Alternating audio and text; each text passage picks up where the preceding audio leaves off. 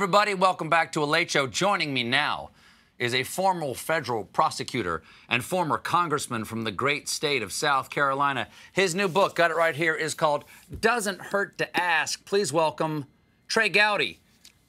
Mr. Gowdy, thank you for joining us. Thank you, Stephen, and I want to thank you for what you did for teachers in South Carolina. I have lived with one for 31 years, and that was a very generous thing that you did, so thank you. That is very, very kind of you to say. I love teachers in South Carolina. My brother Jay is one of them. Now, your new book is called Doesn't Hurt to Ask. We'll talk about that in a moment, but I do want to test the premise of that title. And listen, you're my guest. I may not agree with you politically, but I just want you to know my question isn't hostile when I say, what the hell are you doing here, Trey Gowdy?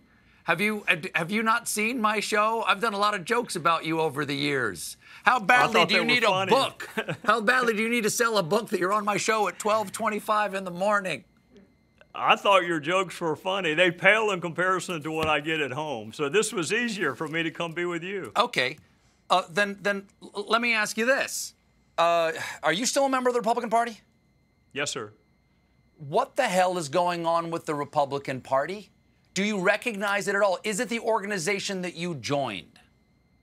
Well, it's not the Republican Party that I grew up with, Stephen. I mean, that's a fair point. It was a limited government, fiscal restraint. I mean, this is the way I would summarize it. Conservatism tells people what they ought to hear. Populism tells people what they want to hear. And we lost 6 out of the last 7 popular votes for president. Republicans did. So I think they saw the need to kind of shift more towards populism. I mean, I say I'm a member of the Republican Party. I am a Republican. I'm not in office, and I will never run again. I'm not at the convention. I didn't go to the convention in South Carolina. I'm a conservative, and sometimes it gets difficult to see what the party platform is. No, you're not in power anymore. I mean, there's a lot of your political career that, as I said, I made satire of over the years. So, I'm not really here to try to do a smackdown on anything you did, but I am curious about some of the things you were involved in. I'll start by saying that a recent poll shows that 57% of Republicans find the present COVID death toll, which is 180,000 people, acceptable. Are you one of those 57% of Republicans? No, sir. I went and looked at the introductory clause of that poll question because the number surprised me. Your father was a physician. My father was a physician. The loss of life is lamentable. I don't blame Governor Cuomo for the deaths in New York. I don't blame Ron DeSantis for the deaths in Florida. I think any death due to a pandemic, any death period, is lamentable. So it's not acceptable. We need to do better. I just hate that everything in our culture is politicized, including a virus.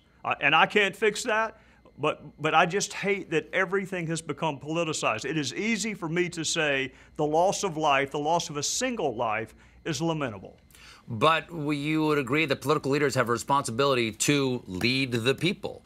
And there was a large percentage of our population that didn't believe in masks, specifically because our president said you didn't need them and downplayed the need for them. There's some responsibility there. That's not politicizing. That is holding political leaders accountable for the way they lead.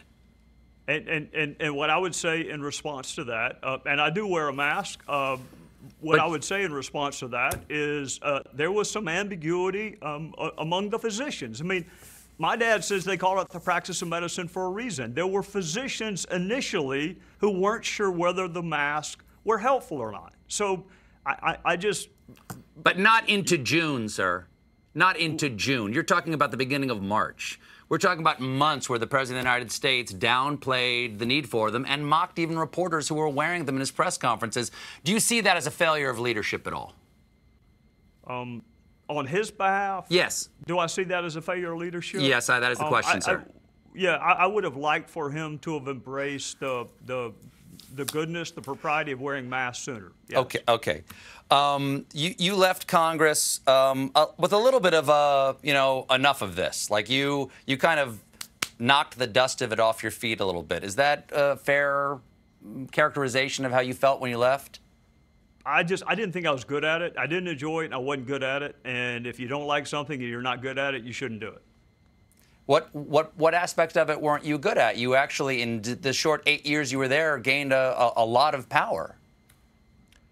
I don't know that I had any power, Steve. I mean, I'd rather have influence. I'd rather have influence with my colleagues than have power. I was briefly a committee chairman, but in terms of passing bills, it's tough legislatively now. And we did a lot of oversight, but the investigations I enjoyed most in life were the executive branch prosecutorial investigations. I didn't enjoy congressional investigations. Let's talk about Russia and the interference of 2016. You're known to be a fact-based guy. You believe in science. You believe in research. Do you believe that Russia interfered in 2016? No question. I believe you also got in a little bit of hot water with the Trump administration by saying that the Obamagate scandal wasn't really real, that he wasn't being spied on, and that Mueller wasn't illegitimate for having his investigation. Well, initially I took exception to the word spy. I mean, I used the word surveillance. It's either authorized or unauthorized. I will say this, the House, the Senate, Mueller, no evidence of collusion, coordination, conspiracy. And the president's frustration, and I think he's right, a cloud was placed over his first term in office under the belief that he colluded with Russia, which, Stephen, is treason. If that's what you're doing, that is treasonous. I think the worst thing in the world is to believe that you have been falsely accused. I think that is the worst feeling in the world. And I've only been around the president a half dozen times, but I can tell you he firmly believes that he was falsely accused, and it cast a cloud over his first term. So, yeah, I think he's frustrated about it. Now, we got to get going here, so I want to mention your new book. It's about effectively persuading by asking the right questions. It's called Doesn't Hurt to Ask. The obvious question I need to ask you before we go is, how excited are you about the new Bill and Ted movie? Much more now after hearing your interview. Much more now. Well, Congressman or former Congressman, author of It Doesn't Hurt to Ask, Trey Gowdy, thank you for being here, sir, and thank you for staying up late. Thank you. Yes, sir. Thank you, Stephen. When we come back, a heartfelt apology to the land of cheese and meats. Stick around.